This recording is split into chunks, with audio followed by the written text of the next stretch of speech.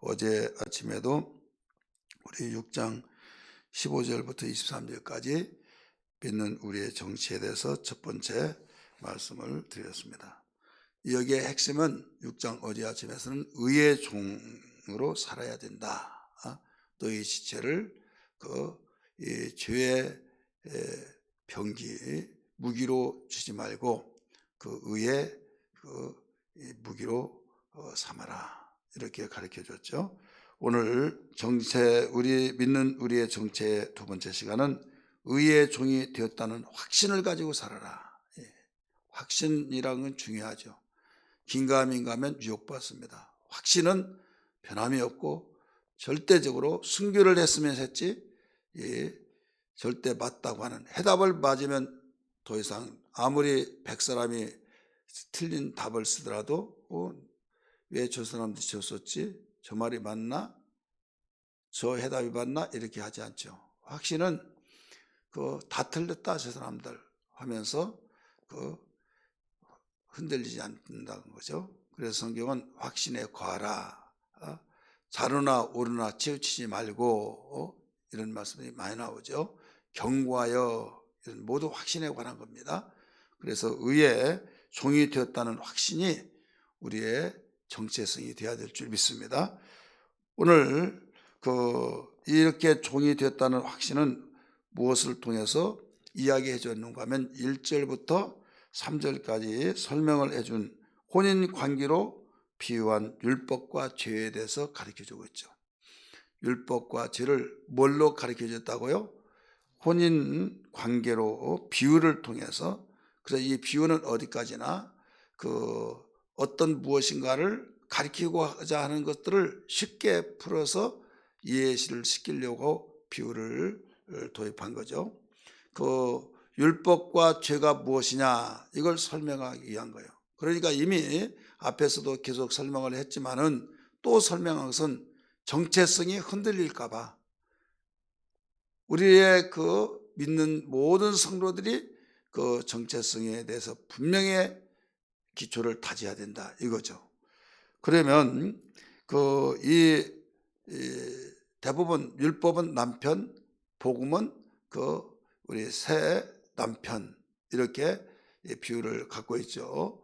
그래서 율법이 죽으면 우리는 결혼해서 새 남편을 맞이한다 이렇게 생각을 하기가 쉬워요. 왜 그런가 하면 법으로 말한다면 하면서 부부가 결혼해서 남자가 살고 있는 이상 다른 사람에게 가면 음부라 이렇게 음녀라 이렇게 나왔죠. 왜 살고 있는데 다른 데로 간다면 이건 지탄을 받을 수밖에 없죠. 그런데 남편이 죽으면 가더라도 자유의 몸으로 간다. 이건 어디까지나 비유예요. 알아듣기 쉽게. 그런데 여기에서 4절 말씀을 보면 우리가 뜻을 확실하게 알아야만 됩니다. 4절 보세요. 그러므로 내 형제들아 너희도 그리스도의 몸으로 말미암아 율법에 대하여 죽으심을 당하였으니 이는 다른 곧 죽은 자 가운데서 살아나신 이에게 가서 우리가 하나님을 위하여 열매를 맺게 하려 하심이라. 이게 나오죠. 율법은 절대 죽을 수가 없어요. 하나님의 주신 말씀이 죽습니까? 그렇지 않죠. 비유로 말한 거예요. 알아듣기 쉽게 율법과 죄가 무엇인가를 확신 있게. 이건 뭐냐면 율법이 하는 일이 뭡니까? 죄를 깨닫게 하고 정죄시켜서 너는 죄인이다 이거죠. 그럼 죄인은 죽어야죠. 그래서 정죄를 받았어요. 이제 정죄 속에서 사망이라고 하는 완전히 정죄를 받아서 어떤 빼도 박을 수도 없는 죽어야만 마땅하다 이거죠. 그래서 사형집행만 남아 있어요. 이때 예수님이 이 세상에 오셔서 우리를 살려주시는데 예수님을 영접하는 자, 예수님이 하나님의 의잖아요. 그래서 하나님의 의 되신 예수를 믿으면 믿음으로 말미암아 의롭다함을 얻은 것이 복음의 사람이다 이거죠. 그러면 우리가 예수님을 믿었다고 하는 그 고백이 뭐냐? 의식으로 보면 우리에게 침례예요. 침례를 받음으로 나는 주님과 함께 죽었다 이런 말이거든요. 그래서 남편이 죽었다, 이것은 그 복음이 그 율법을 남편으로 비유했잖아요. 그래서 남편이 죽었으니 율법이 죽었다, 그 뜻을 그 완전히 없어져 버렸다 그 말이 아니라, 이제는 이 신부가 그 이제 다시 그 예수님을 만났잖아요. 만나서 예수님 죽음으로써 바로 믿는 자가 죄 가운데 예수님과 함께 예수님이 죽었다 이거죠. 같이 죽었다 이거죠. 나는 옛사람이 죽었다. 죽어서 살아났으니까 내가 죽었는데 이제는 그 남편과는 관계가 없잖아요. 그 말이에요. 그래서 나는 이제는 살아서, 내가 죽어가지고 살았어요. 딴 사람으로 살았다 이거죠. 예수 이제 하나님의 자녀로 태어나서 살았는데, 의롭다함을 얻어서 살았는데 이제는 주님과 함께 새 생명을 얻었다 이거예요. 그렇기 때문에 여기 4절에서 그렇게 설명하고 있는 겁니다. 내 형제들아, 너희도 그리스도의 몸으로 말미암아 율법에 대해서 죽임을 당하였으니, 죽임을 당하였으니 이제는 율법의 법에서 여기에서 구속될 필요가 없다 이거죠. 벗어났다 이거죠. 해방됐다 이 말이에요. 그러면 살아가는 것이 뭐냐? 우리 살아가는 것은 오직 믿음 안에서 살아가는 거예요. 우리 표시를 해놓고요, 갈라디아 2장 20절을 다 봅니다. 갈라디아 2장 20절 모두 찾습니다. 같이 읽습니다. 갈라디아 2장 20절, 제가 가지고 있는 성경 303페이지입니다. 시작.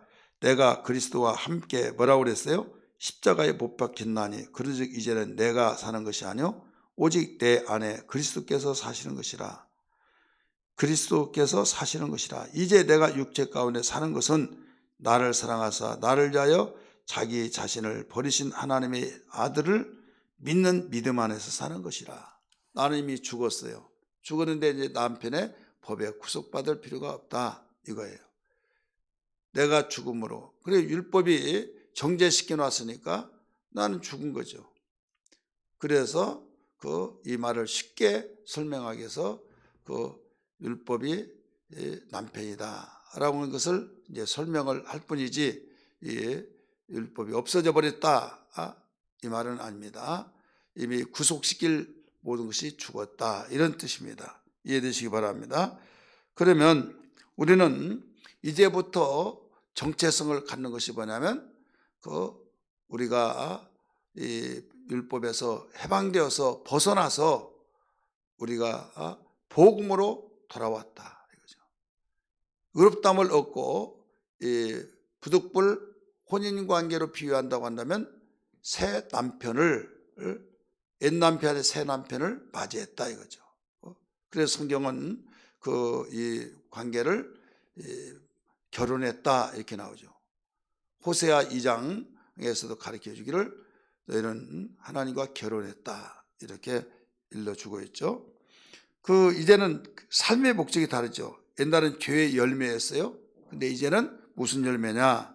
하나님을 위하여 열매를 맺게 하려 하는 것이다. 그래서 우리 정체는 우리 확신을 가지고 옛날같이 죄의 열매를 맺는 것이라 하나님의 열매를 맺는다.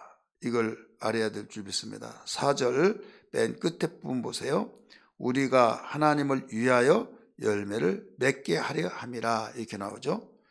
그러면 율법에서 벗어나지 못했을 때는 죄의 열매를 맺었다 이거죠. 5절 보세요. 우리가 육신에 있을 때는 율법으로 말미암는 죄의 정욕이 우리 지체 중에 역사하여 우리로 사망을 위하여 뭐라고 그랬어요? 열매를 맺게 하였더니, 사망을 위하여 열매를 맺게 하였더니 이제는 우리가 얽매였던 것에 대하여 죽었으므로 율법에서 벗어났으니 이러므로 우리가 영의 새로운 것으로 섬길 것이요 율법 소문에 묵은 것으로 아니할지니라. 자, 그런즉 같이 읽습니다. 그런즉 우리가 무슨 말을 하리요? 율법이 죄냐? 그럴 수 없느니라.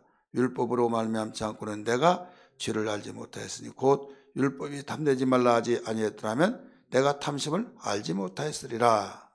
그래서 율법이 죽었다고 한다면 없어져 버린 것이 아니다. 율법의 고난이 죽었다 이 말이에요. 고난.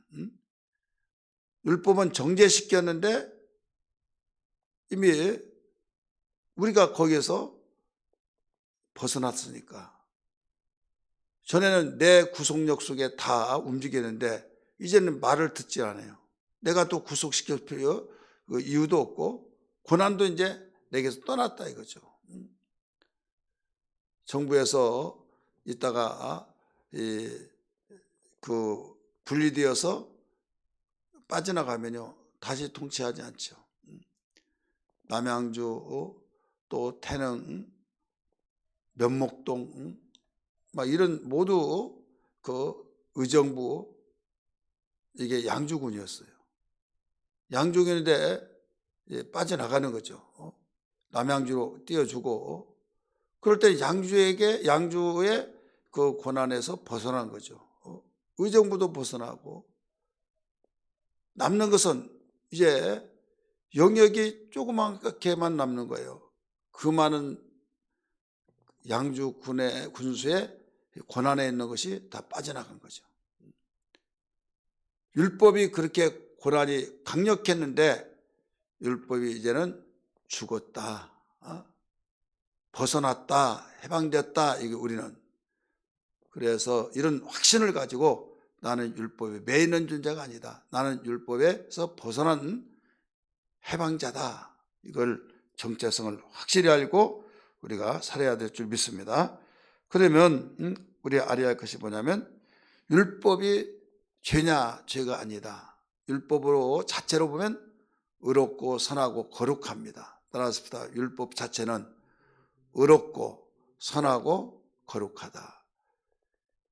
이 율법을 통해서 죄의 열매가 맺혀진다. 그러면 율법 자체가 나쁘냐? 그건 아니다 이거죠. 하나님의 말씀인데 어떻게 이 자체가 나쁘겠습니까? 법이 없을 때는 그냥 죄인지를 몰랐는데 법이 선포된 그 뒤로부터 그때부터 죄를 깨닫고 내가 죄인이구나, 잘못했구나 이걸 알게 된다 이거죠. 사람이 다 욕심이 있잖아요. 내가 가져오지는 않았는데 도둑질은 안 했지만은 욕심이 지금 내 것으로 만들고 싶다 막 아른아른거리고 어떻게 하면 내 것으로 만들까 막 이런 탐심하지 말라. 이는 이미 도둑질해내니라.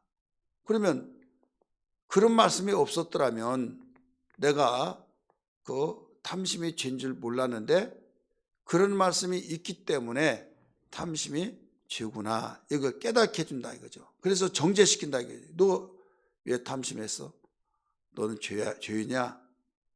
그래 죄인으로 만들어버리는 거죠. 왜 그런가 하면 내가 그전에 몰랐는데 그러면 그게 나에게 참 억울하기도 하고 이제까지 살았는데 이게 뭐야 막 그런 것도 같죠. 그러나 하나님의 말씀은 거룩하다 이거죠. 선하다. 우리 성경 봅니다. 몇 절 말씀 보고신가 하면 11절 먼저 읽습니다. 죄가 기회를 타고 계명으로 말미암아 나를 속이고 그것으로 나를 죽였는지라. 정죄를 받았죠. 이로 보건대 율법은 뭐라고 그랬어요? 거룩하고 계명도 거룩하고 의로우며 선하도다. 그런즉 선한 것이 내게 사망이 되었느냐? 그럴 수 없느니라. 오직 죄가 죄로 드러나기 위하여 선한 그것으로 율법으로 말미암아 나를 죽게 만들었으니 이는 계명으로 말미암아 죄로 심히 죄되게 하려 함이라. 계속 죄되게 하려 내가 행동한 것이 의롭다 깨끗하다 그러면 결국 하나님 볼 때는 더러운데 죄인인데 그러면 처방이 안 되잖아요.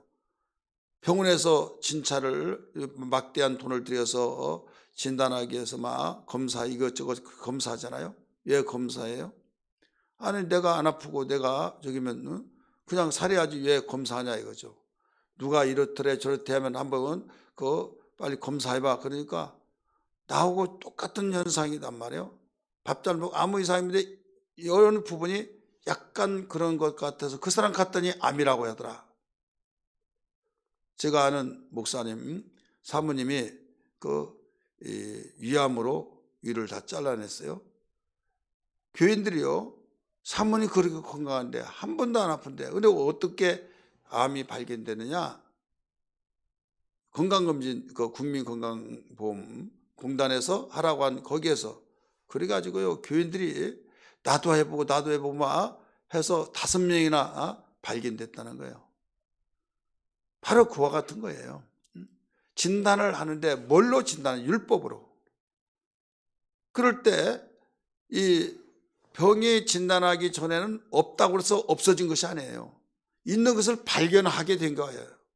하나님이 우리를 보실 때 의인은 없고 하나도 없고 모든 사람이 죄인이라고 하는데 죄인인지를 몰라요, 사람들이. 죄인인지를 몰랐는데 여기에 율법을 알고 보니까 내가 죄인이구나. 그래서 이제 나는 죽었구나. 이거예요. 정죄를 받아서 이때 예수께 인도하는 거죠. 진단을 했으면 그걸로 끝나고 처방이 내려지듯이 바로 그래서 처방을 내리기 위해서 하나님은 예수를 보내시고 예수를 만나게 한 것이다 이거죠. 그러니까 율법이 나쁜 것이 아니라 악하냐 죄냐 그럴 수 없느니라 이렇게 말한 거죠. 그래서 항상 우리가 율법은 목적이 용무가 정죄하는 것이다. 그리고 예수께로 인도하는 법이다. 이것을 누차 말씀을 많이 들어서 아실 거예요. 그러면서 14절로 보세요. 우리가 율법은 신령한 줄 알거니와 나는 율법의 육신에 속하여 죄 아래 팔렸도다. 한 가지 중요한 것은 우리는 인간은 육신을 가진 존재로서 죄와 율법을 벗어날 수가 없다 이거죠. 너무 고통스럽다. 육신을 가진 존재로서. 왜 그런가 하면 이렇게 보면 그 법이 있는 이상 나는 죄인인데 나는 이거 잘못했는데 그러면서 이러지 말아야 하는데 또 이렇게 또 된다 이거죠. 법에 의해서 이러지 말아야 하는데 그런데 또 죄를 지는다 이거죠.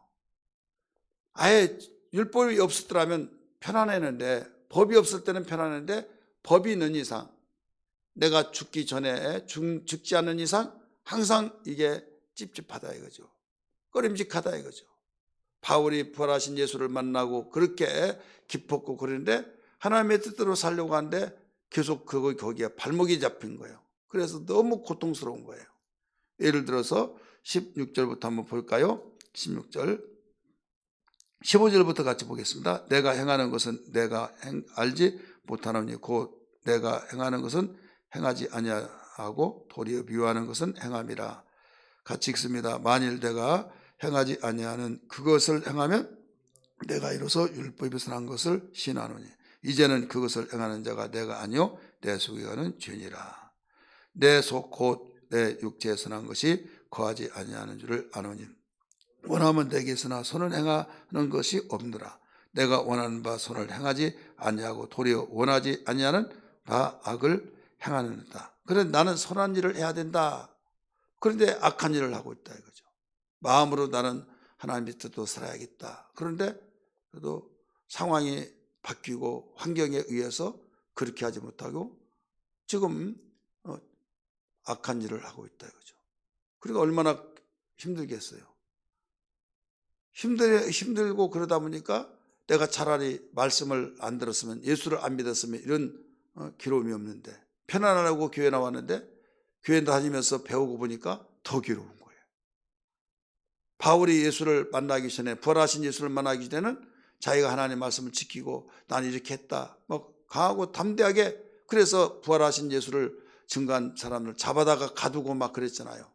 근데 부활하신 예수를 만나서 복음이 이런 것이다 했는데 그렇게 깊었는데 이거 아닌데 하면서 또 갈등이 일어난다 이거죠.